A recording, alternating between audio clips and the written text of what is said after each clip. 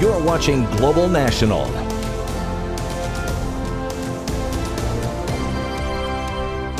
If you're a newcomer to Canada and hoping to remain as a refugee or immigrant, you can hire an immigration consultant. There are more than 6,000 of them in Canada. Each requires a license to practice.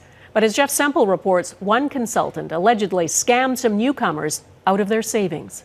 The Todorovic family are Roma from Croatia. After coming to Canada in 2012, they applied to remain here as refugees. And they met Artem Djukic, a licensed immigration consultant. She says he promised he could help. He has many connections, so it's 100% like we don't need to worry about it.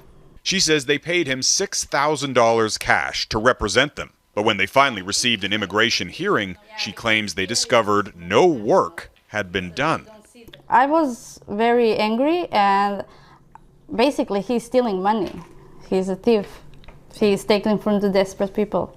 And she's far from the only one making allegations. Over the last decade, working as an immigration consultant at this office just outside of Toronto, Djukic received dozens of complaints, and a few years ago admitted to misappropriating more than $900,000 from a couple of clients. But if anyone thought that would be enough to see his consultant's license revoked, think again. Despite those concerns, Djukic was allowed to continue working for 3 years, much of that time under the supervision of the ICCRC, the governing body for immigration consultants, and his alleged misconduct continued.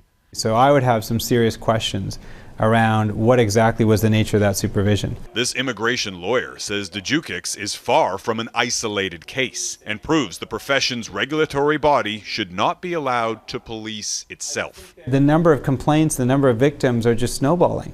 And the stories we're seeing every day are just horrific. The regulator says it's making changes to toughen licensing requirements and punishments for offenders.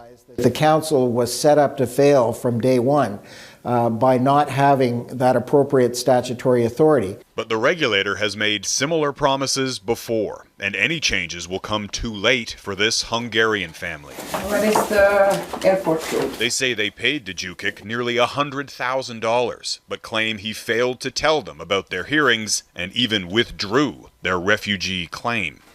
So he gave me a very hard time, me and my family. The Lang family contacted police, who charged Djukic with fraud, and last month his consultant's license was revoked. The family, meanwhile, is now scheduled to be deported. We paid the price, and I don't want more people, we don't want more victims. Jeff Semple, Global News, Toronto.